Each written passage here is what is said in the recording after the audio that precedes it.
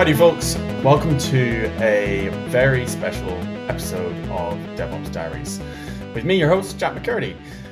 In this episode, I am taking a little bit of inspiration from one of my favorite podcasters, Stephen Bartlett.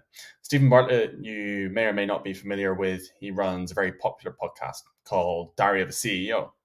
It's a podcast that I've learned a lot from.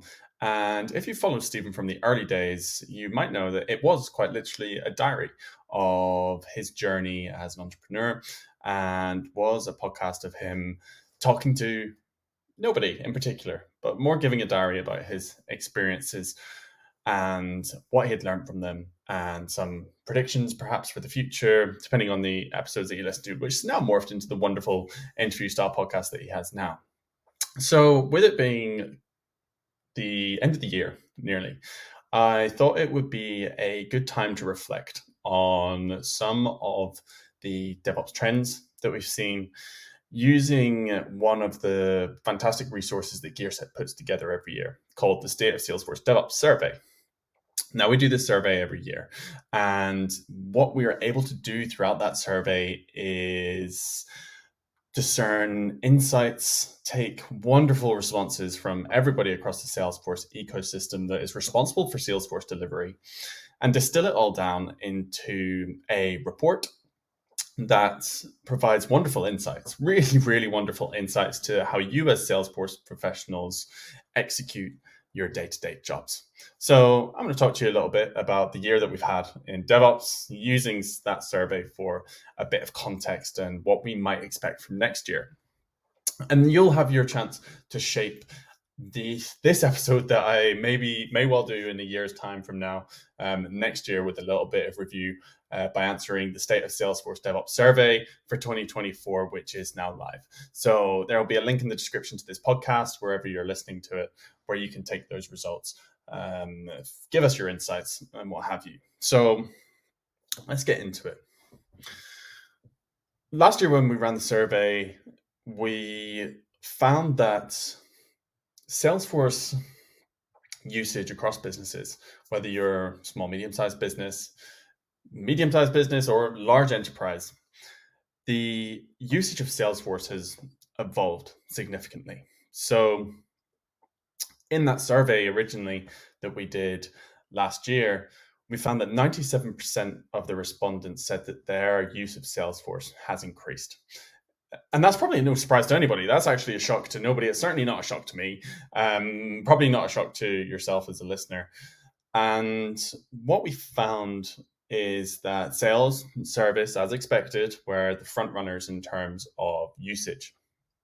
And those were the clouds that primarily folks were using, invested in, and continuing to really blaze the trail for everybody across the ecosystem. What we also found is that the use of digital experiences, communities as they were once called, so I'm sure they may well be called something again this time next year. We'll have to see. We'll have to find out. But that use of digital experiences also increased significantly versus other clouds. And I think that is an excellent representation of businesses and where businesses are going right now. What we want to achieve for our customers, we at Gearset and you in your businesses, is a smoother, more seamless experience for those customers of ours that we are so loyally and reliably serving. And digital experiences is a fantastic way to do that.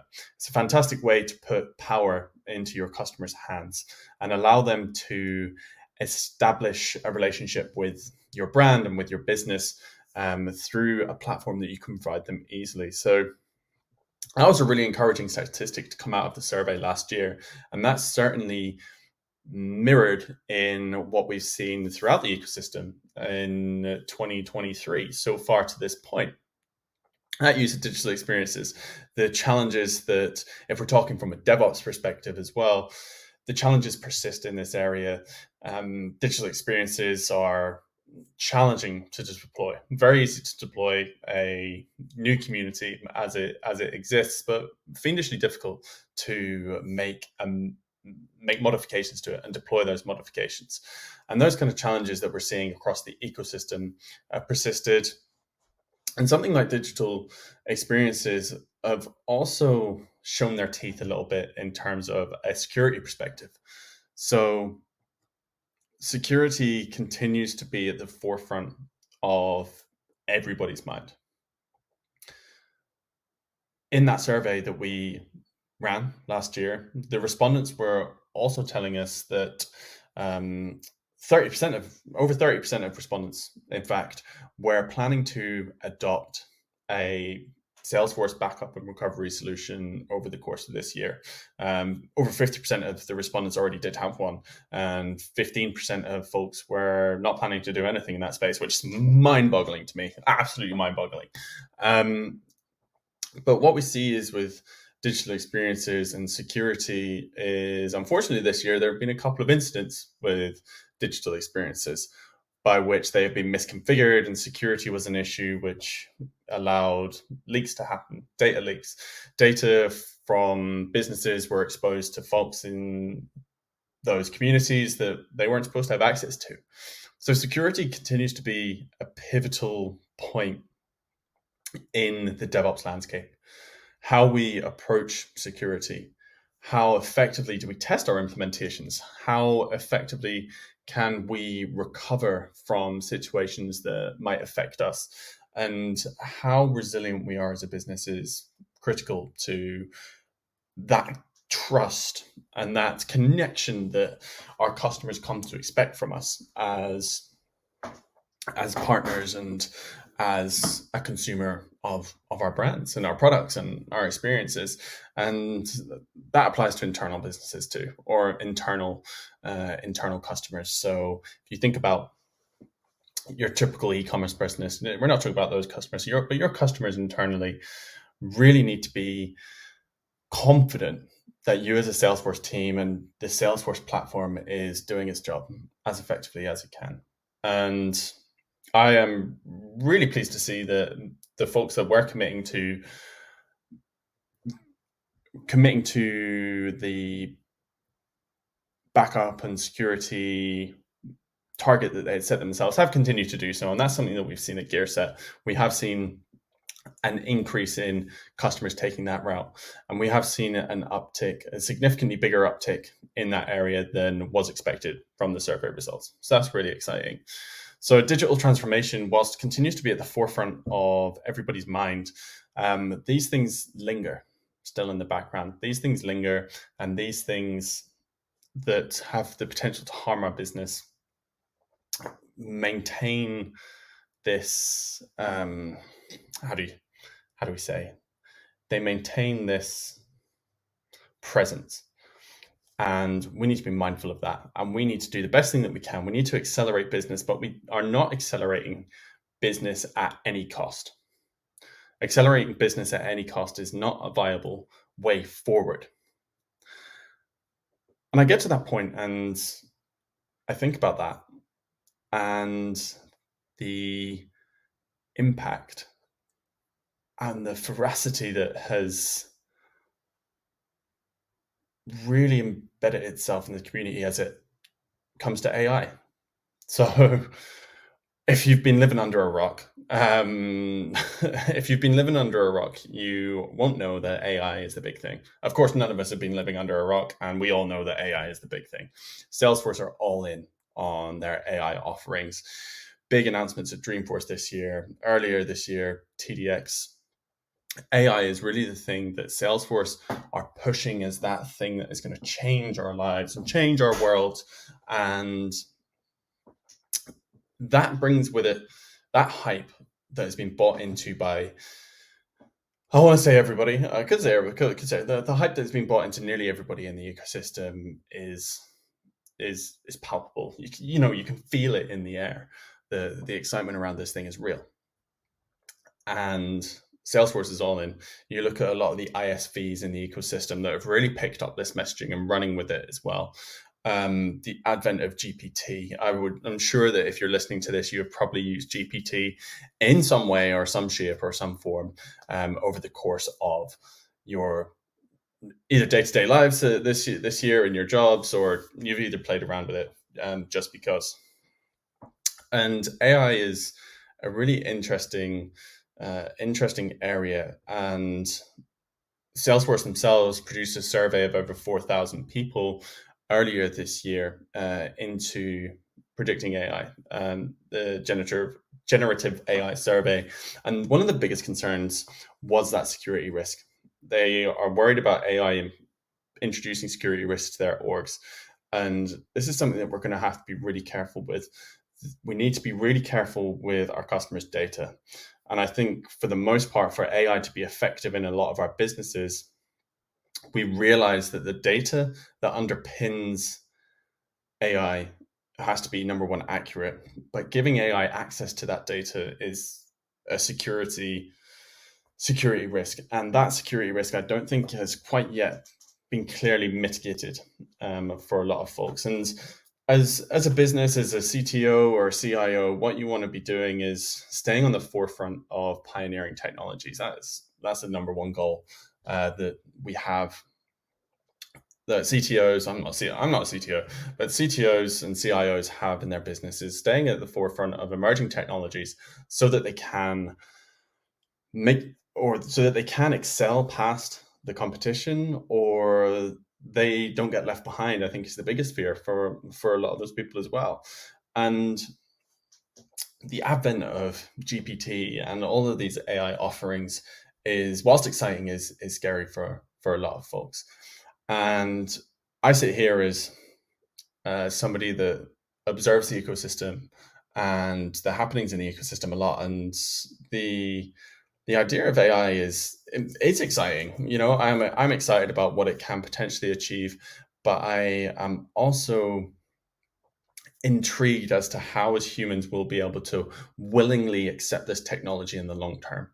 Are we going to be able to accept this technology and rely on the results that it gives us? So I've used GPT, I've used ChatGPT, and I've used it for a range of things so far. And what I've found is that when I ask it for information, or if I ask it questions based on a subject area that I know quite a lot about, so I've asked it a lot of things about DevOps and centers of excellence and the cultural transformations that is required to excel at DevOps in your organizations, I would not right now take what it's given me as gospel. It's definitely not there. And this is something that I've seen. I've presented on a topic similar to what I'm talking about today at DevOps Dream in London a few weeks ago. And I asked the audience when I was speaking, who has used AI?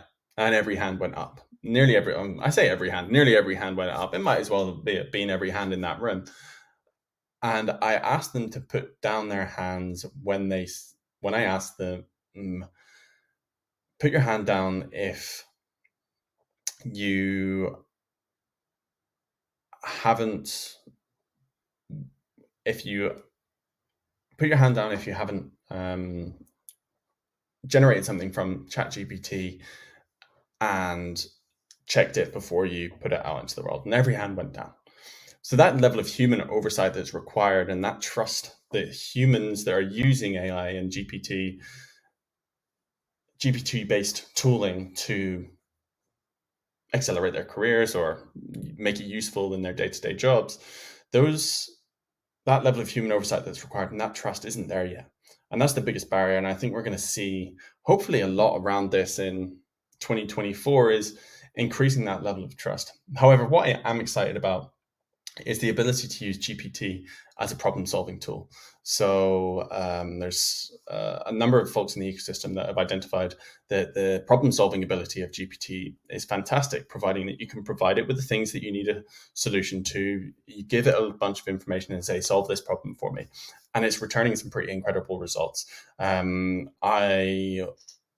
likely and hopefully we'll get a guest on in the early new year to talk about some of those things and how GPT and AI is going to be useful on a day-to-day basis for leaders and specifically for folks in that kind of business analysis role, or even as solo admins and things like that. So I'm really excited about what it can do from that perspective. And I think the thing that has been overlooked for the most part in this AI conversation is that AI does not equal GPT.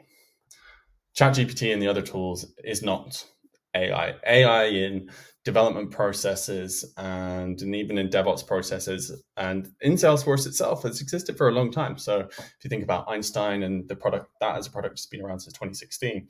If you think about the some of the DevOps tooling that you have in the ecosystem, where you have anticipative problem analysis tools, things like gear set problem analyzers and pre-deployments, that's artificial intelligence. You have a lot of the testing tools are artificially intelligent to predict and prevent issues coming up in our code. So AI, whilst hugely important and has a lot of fluff, and it has a lot of nuance to it, and a lot of rightly warranted interest in it right now. It's not a new topic. Machine learning and AI is something that has been around for a long time now, and it's only just becoming popular, and people are realizing and understanding the power that it has and can do with it. So unsurprising prediction for 2024, we're going to see a lot more of that. We're going to see a lot more of what AI can do with us throughout that development lifecycle and the problems and challenges that it might solve.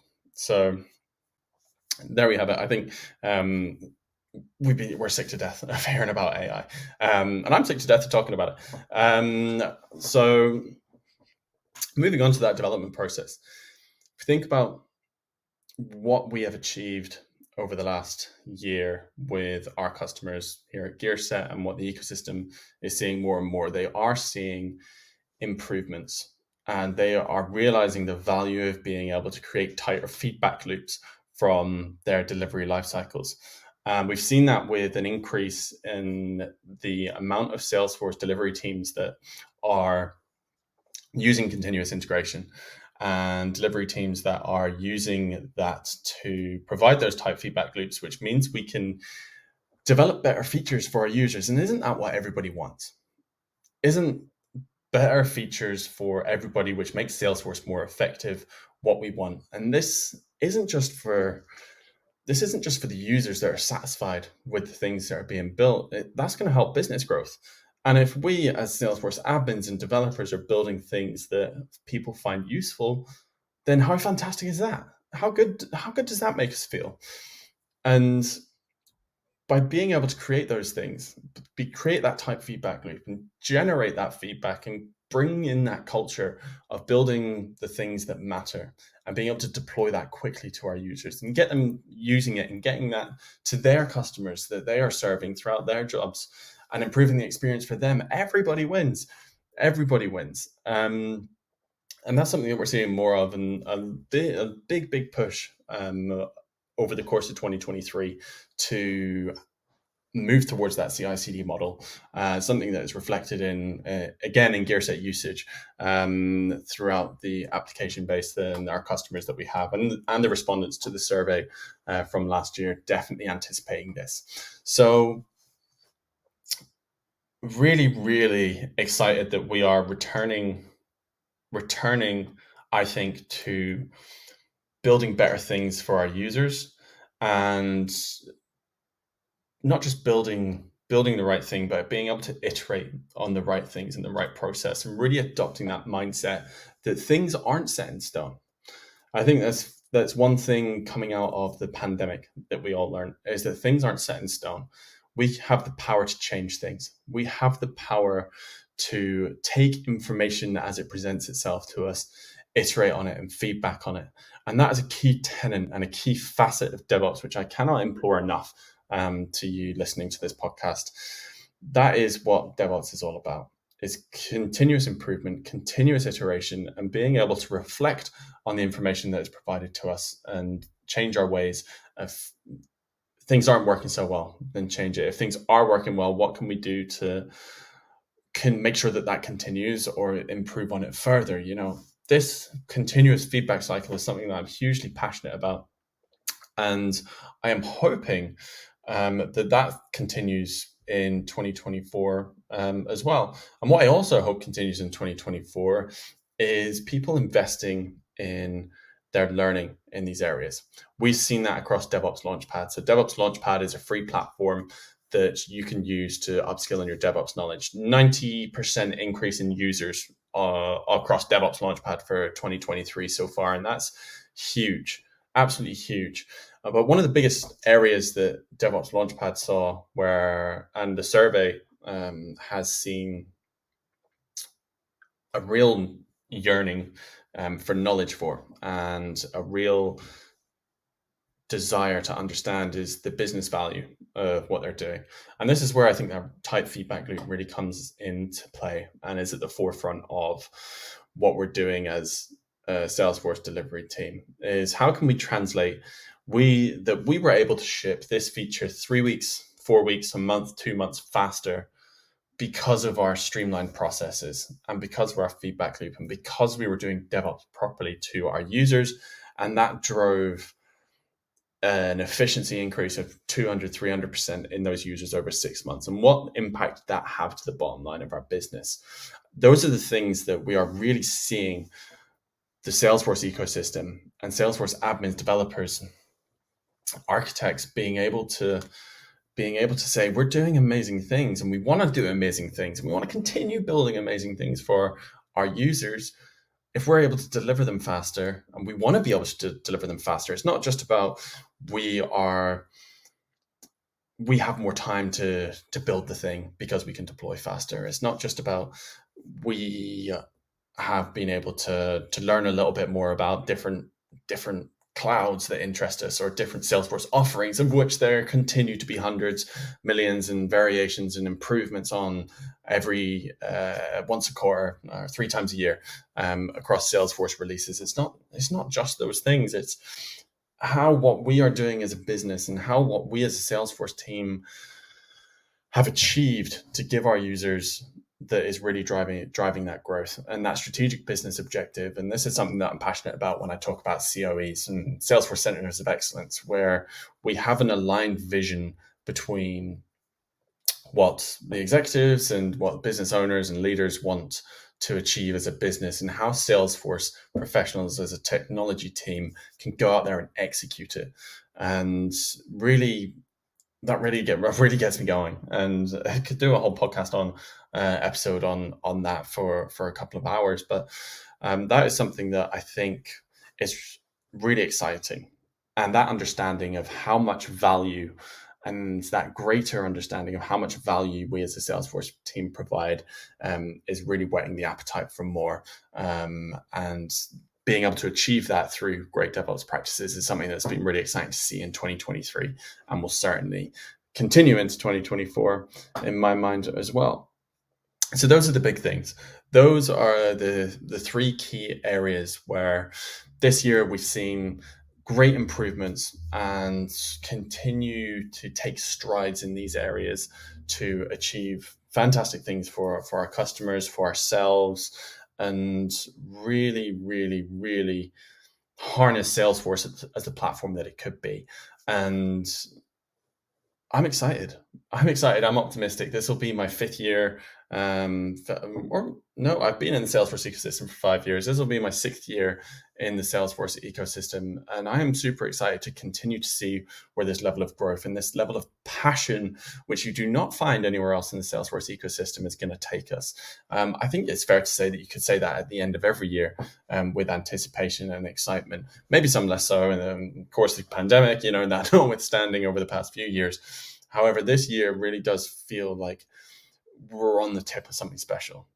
It hasn't come without its economic uncertainty this year. It's not been all plain sailing, and my heart goes out to everybody that's been affected by layoffs this year, both at Salesforce and the wider partner ecosystem and the wider tech industry. So it's not been without its challenges, but I really believe that we're sitting here at the end of December with some really, really encouraging signs that 2024 could be a bumper year, providing that everybody stays sensible, that we stay optimistic, and that we have all of our collective heads screwed on when it comes to AI, and are realistic about what we're able to achieve together as Salesforce professionals, as members of the wider tech industry, and make sure that we continue to commit to that investment in learning, investment to take information, iterate on it as it is provided to us, and really forge a path forward in 2024 that does great things for our customers, whatever line of business that you may be in.